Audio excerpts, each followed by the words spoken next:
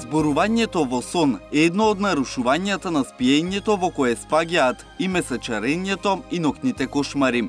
Таквото однесување се јавува кај луѓе кои се перфекционисти, но често избегнуваат да кажат што мислат. Кога одат на спиење, зборовите ги потиснуваат во сон. Постојат повеќе фази на спиење. Тие ги заклучуваме преку мозочните бранови. На електроенцефалограф гледаме мозочни бранови, во некоја фаза се многу подолги, развлечени, во некоја се кратки и потоа заклучуваме дека имаме подлабок сон и поплиток сон. Има неколку фази, обично идат од подлабока во поплитка, каде што личноста е блиску до разбудување, потоа повторно влегува во подлабока фаза, па во една фаза која што викаме REM сон, односно Rapid Eye Movement, каде што очите се движат рапидно под капаците.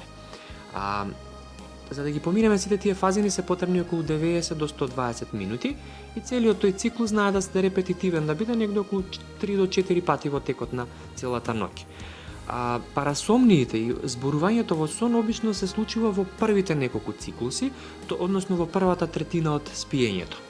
Најголемиот дел од луѓето што зборуваат во сон, тоа не го прават повеќе од 30 секунди во текот на една епизода, но некои зборуваат и по неколку пати во една ноќ.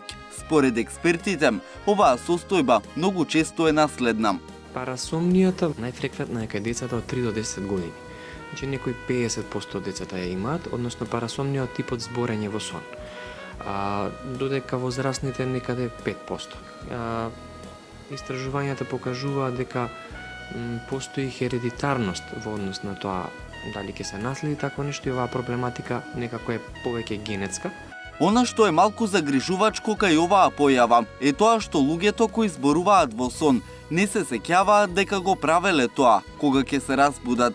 Освен тоа, гласовите и јазикот што го користат обично се поразлични од нивниот секојдневен говор. Сите можат да го доживеат ова, но најчесто е кај мажите и децата.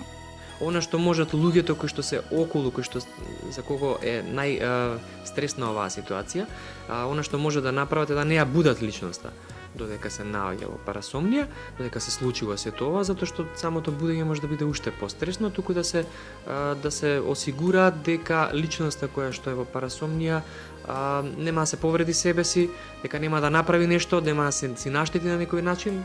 Ако станува збор за sleepwalking или станување во текот на сонот, да се насочи повторно назад кон креветот без гласни крици, викања, без некоја комуникација, додека не заврши парасомнијата и не се врати личноста во текот на сонот.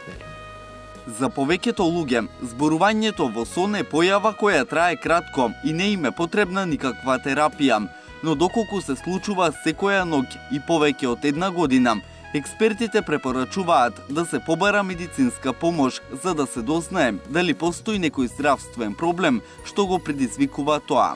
Лек искрено нема, има третман кој што ни овозможува да ги намалиме фреквенциите, за да не се случува почесто. Сите тие варијабли кои што влијаат на тоа да се појават, потребна ни е идентификација од што всушност е тригер за таа парасомнија и од што е настаната.